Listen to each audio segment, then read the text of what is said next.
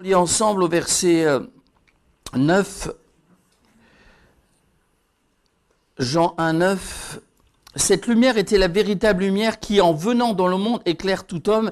Elle était dans le monde, et le monde a été fait par elle, et le monde ne l'a point connue. Elle est venue chez les siens, et les siens ne l'ont point reçue. Il n'y a pas de place pour Jésus au milieu des colloques politiques. Au milieu des guerres de ce monde, on n'invoque pas le Seigneur. Les gens n'invoquent pas le prince de la paix. Si tout le monde se tournait vers le prince de la paix, il y aurait la paix dans ce monde. C'est pour cela que nous attendons le prince de la paix. Et quand Jésus posera ses pieds sur le mont des Oliviers, il n'y aura plus de guerre, ni en Ukraine, ni au Soudan, ni partout. Il n'y aura plus de famine, il n'y aura plus de misère, il n'y aura plus de pauvreté. Et ce sera la gloire de Dieu sur la terre. Et le monde entier, il connaîtra l'Éternel et le Seigneur comme l'eau couvre le fond des mers. Elle est venue chez les siens et les siens ne l'ont point reçue. En Israël, on n'a pas reçu la parole de Dieu. On n'a pas reçu celui qui était l'incarnation, n'est-ce pas, de la volonté de Dieu. Moïse a écrit de Jésus, Abraham s'est réjoui de son jour, mais quand Jésus vient, personne ne comprend rien. Alors ne sois pas comme ces gens. Parce que Dieu t'a donné son Saint-Esprit pour que tu comprennes. Et tu n'as pas besoin d'un grand professeur, tu n'as pas besoin d'aller jusqu'au bout de la terre pour comprendre ces choses. Si tu lis la parole de Dieu et que tu laisses le Saint-Esprit t'enseigner, tu seras enseigné. Le plus grand péché, c'est de rejeter Jésus. Le plus grand péché, c'est de rejeter celui qui nous dit « je t'aime ». Le plus grand péché, c'est de rejeter celui qui a porté nos fautes sur la croix du calvaire. Jésus est le don de Dieu. Jésus ne nous demande pas d'être des gens extraordinaires. Il sait qui nous sommes.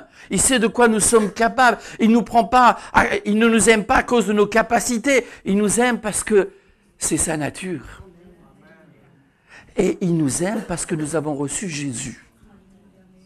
Et nous voulons continuer à le recevoir dans notre vie. Nous voulons continuer dans ce chemin et nous voulons que Jésus grandisse dans notre cœur. Alors béni soit le Seigneur. Le monde, hélas, du moins n'a pas reçu le Christ. Israël n'a pas reçu. Mais il y a un mais. C'est pour ça qu'on veut bénir le Seigneur. Verset 12. Mais. Et s'il y a quelqu'un au milieu de nous qui ne fait pas encore partie de ces gens-là, ne passe pas à côté du plan de Dieu.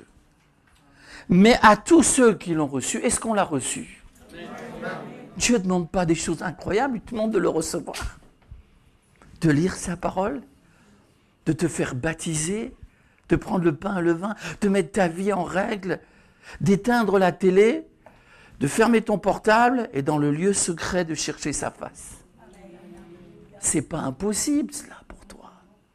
Béni soit le Seigneur, à tous ceux qui l'ont reçu, à ceux qui croient en son nom. Est-ce que nous croyons dans le nom de Jésus? Alléluia. Elle a donné le pouvoir. Quel pouvoir? De devenir enfant de Dieu. Bithia. Elle était fille de Dieu, mais tu peux devenir enfant de Dieu. C'est une nouvelle naissance. C'est pas parce que tu as rempli des lignes et que tu as reçu un diplôme ou que tu aurais une carte de baptême, tu es membre d'église, c'est bien. Mais ça ne remplacera jamais le fait. Il y a des gens qui sont membres d'une église et qui ne sont pas nés de nouveau. Tu es rentré dans la famille de Dieu. Tu as reçu le pouvoir de devenir enfant de Dieu, lesquels sont nés pas par une puissance humaine, par le sang humain, par de l'amour humain, mais tu es né de l'amour de Dieu. Voyez quel amour le Père nous a témoigné pour que nous soyons appelés ses enfants. Est-ce que tu es un enfant de Dieu? Qu'est-ce qui te marque? Est-ce que tu considères que tu es à la fois enfant de Dieu et enfant de ce monde? Mais Bithia, elle ne pouvait pas choisir. Elle ne pouvait pas rester au milieu des idoles.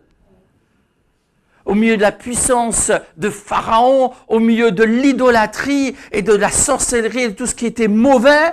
Non, elle a dit, j'ai choisi. Moi, je vais épouser Méred. Et je vais lui donner des enfants. Et moi, je choisis Jésus-Christ. En mon cœur, je choisis de servir Jésus-Christ. Et je veux porter des fruits dans la maison de Dieu.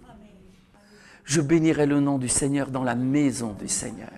Je bénirai le nom du Seigneur avec mes frères et sœurs. Et je ne m'arrêterai jamais parce que le Saint-Esprit m'en donnera la force. Alléluia.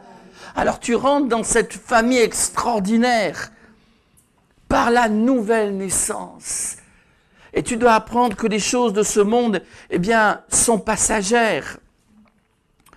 C'est vrai que à une certaine époque de ma vie, je considérais, ben voilà, que tel, oh là là, si mon équipe de football pouvait gagner la Coupe d'Europe, ce serait formidable. Vous voyez, quand ils gagnent, ils deviennent fous, hein. Ils sont comme ça, là.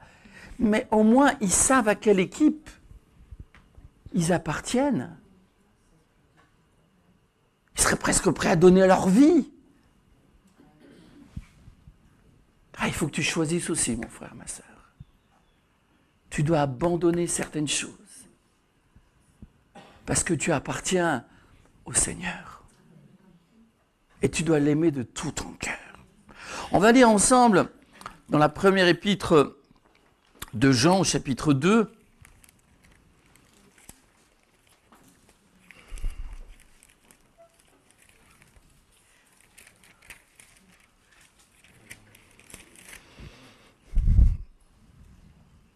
« 1 Jean 2, verset 12.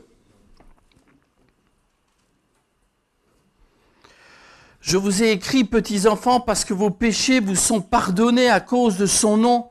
Je vous ai écrit, Père, parce que vous avez connu celui qui est dès le commencement. » Donc ici, on a la famille de Dieu. On a des petits-enfants, et puis on a des pères. Tu n'es peut-être pas converti depuis longtemps. Alors tu es un petit enfant dans le Seigneur. Et le Seigneur veille sur toi. Où est-ce que tu vas grandir? Tu ne vas pas grandir, eh bien, à l'extérieur de la maison de Dieu. Tu vas grandir dans un foyer d'amour. Tu vas grandir dans ton église de l'Ariane. Ou dans l'église où tu es. Parce que Dieu nous a donné l'église comme une famille. Un foyer d'amour. Un foyer chaleureux. Où il y a une véritable croissance. Si tu es un petit enfant, c'est une bonne chose. Ça veut dire que tu es vivant. Tu es comme Bithia. Je pense que chez Bithia, il y a eu tout un processus, il y a tout un cheminement. On ne devient pas tout de suite père, mère dans la famille de Dieu. Il faut du temps.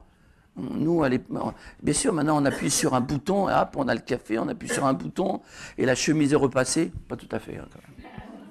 Ça ne marche pas encore comme ça, hein. Maintenant, on a un ordinateur dans la voiture.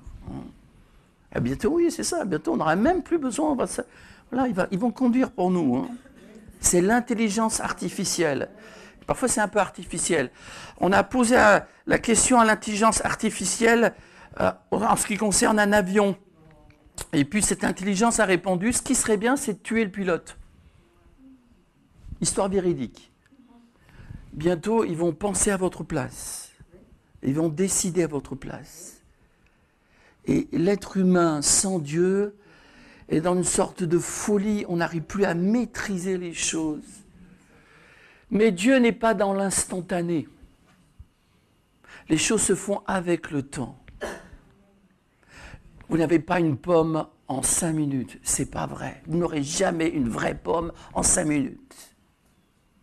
Puis de la viande, c'est de la viande. C'est pas non plus de... Vous ne pouvez pas créer les choses d'une manière comme ça magique, c'est pas vrai. Il y a des saisons. Il y a le printemps, il y a l'été, il y a l'automne, il y a l'hiver. Il y a des saisons. Dieu a des saisons. Il va y avoir des saisons dans ta vie. Il y a un soir, il y a un matin. Dans notre vie chrétienne, on vit des soirs, on vit des nuits. Mais avec Jésus, il y a toujours un matin. Il y a des moments difficiles. Oui, mais... le Seigneur te relève. Tu tombes. Oui, mais le Seigneur te reprend. Allez, lève-toi. Retourne dans la présence de Dieu. Cherche la face de Dieu. Aime tes frères et sœurs. Va à la réunion de prière. Prie pour le pasteur, pour son épouse. Prie pour les anciens. Prie pour ton église. Prie pour les perdus. Prie pour les rétrogrades.